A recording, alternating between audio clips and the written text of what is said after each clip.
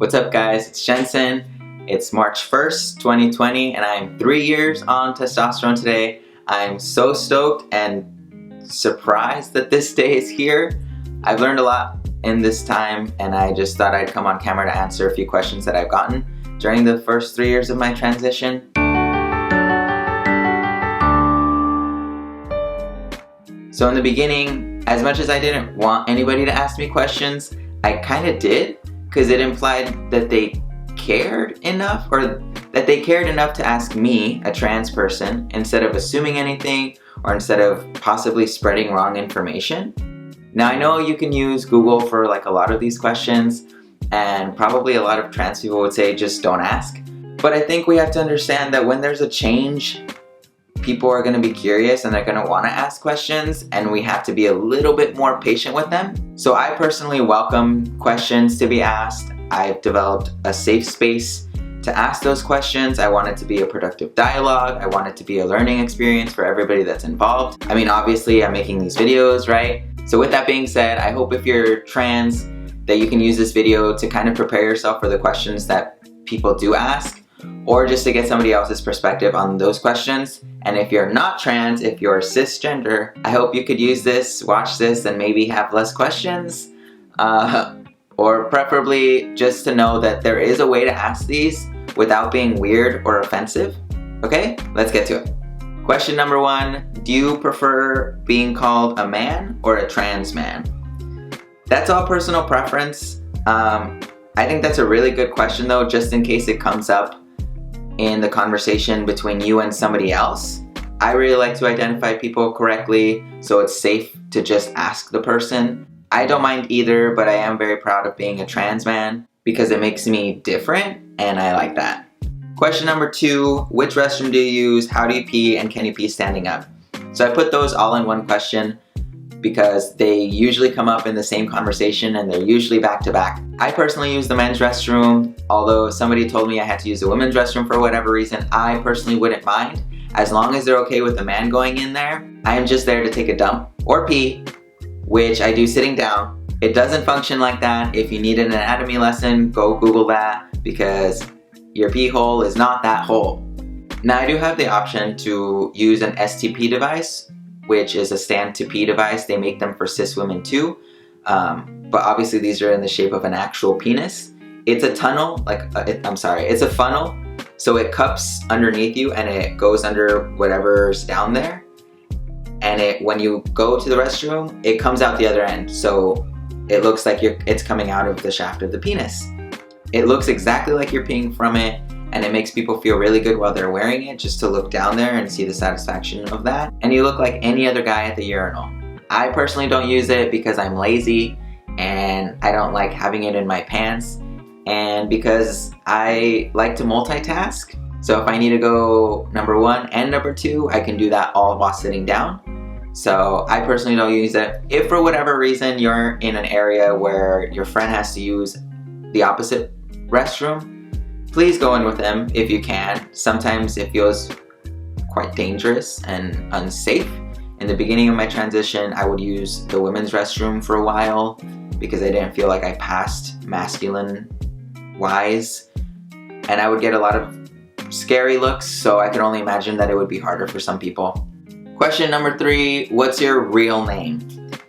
Funny you should ask. I spent all of 2019 changing my name on various things. If you really want to know, there's a way to ask, and that's just by asking what's your birth name instead. It matters because when you say real, it implies that the name that they currently go by is not real, and it's almost invalidating their identity. Like if your name was Fred and I called you Eric all the time. It's annoying mostly. But my real name is now Jensen. So across everything, it's under Jensen. If you guys want to know my birth name, I'm sure you can find that. I'm sure you can figure it out. Question number 4, is your girlfriend gay? When I'm asking this, I mean it as a trans man and a cis girl relationship. And it's a question that I get a lot, that I've gotten a lot, that my partners have gotten a lot, and that's if they're gay. So I'm gonna put it to you like this, really easy. You see me walking down the street, holding my girlfriend's hand. What are you gonna think? mostly you're gonna think that's a boy, that's a girl, they're straight, right? And you're kind of right. In my specific scenario, she's straight, I'm not. The answer to the question is no, they don't have to be gay. I think what people are talking about when they're asking this question is being curious about what happens in the bedroom, which I will get to in a second, but my girlfriend identifies as straight. Number 5, does being trans affect your daily life? Me personally, no. I'm open and a lot of people know, but I don't walk around with a sign on me that says I'm trans, pay attention to me. I present masculine and I pass 100%, so socially it doesn't affect me at all. Maybe if it was earlier on in my transition or if I was non-binary, then maybe the answer would change, but right now for me, looking like how I look, acting like how I act, no, it doesn't. Trigger warning for anybody who doesn't want to hear certain words. In the next few questions, I'm going to be talking about what's going on downstairs. So I'm going to be potentially saying some ugly words, FYI. Question number 6, do you have a penis? The answer is mostly no. When you're a trans male medically transitioning, testosterone will make your clitoris grow. It honestly acts more like a penis than a vagina though. It's like a little tiny baby peen. But is it a penis? No, it's not. Anything regarding what's in somebody's pants though is pretty rude unless you're in a sexual relationship where that matters. Then in that case, as Scott Turner said, the sexiest conversation you can have with someone is what do you call that and how should I touch it? Question number 7, how do you have sex? Well, how do you have sex? And how does it differ from the person next to you having sex? Or your mailman? What about your 5th grade teacher?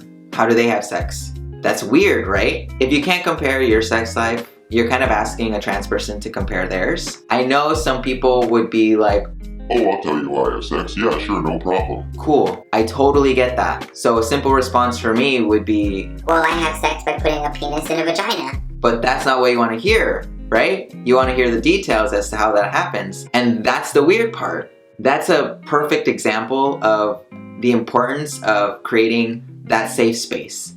If it exists, they'll probably tell you. If it doesn't, they might slap you. I don't know. But I will tell you one way of a lot of ways that trans men can have sex. From my own experience and from what I know. So there's these things called play packers, where play means sex and packer means stick. So it's a sex stick. I guess you can say that it's similar to a strap-on, but there's a few really big differences.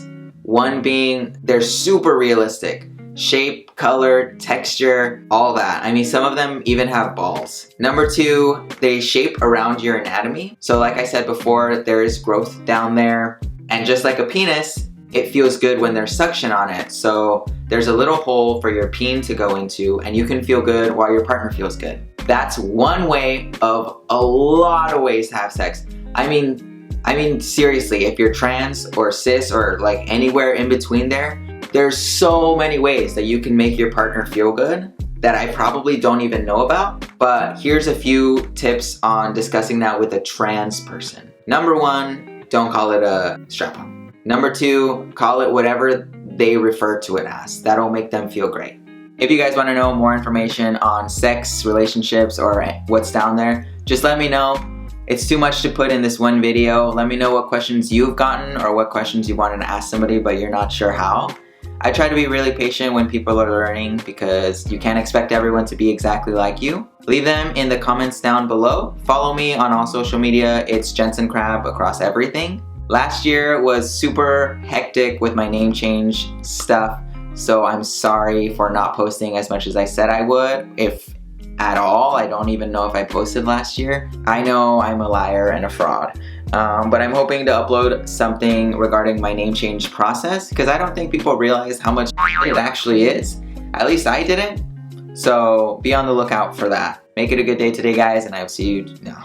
I messed up at the very end. Damn it. Make it a great day today. Make it a great day today. Why do I keep messing up on? Make it a great day today, guys, and I will see you soon.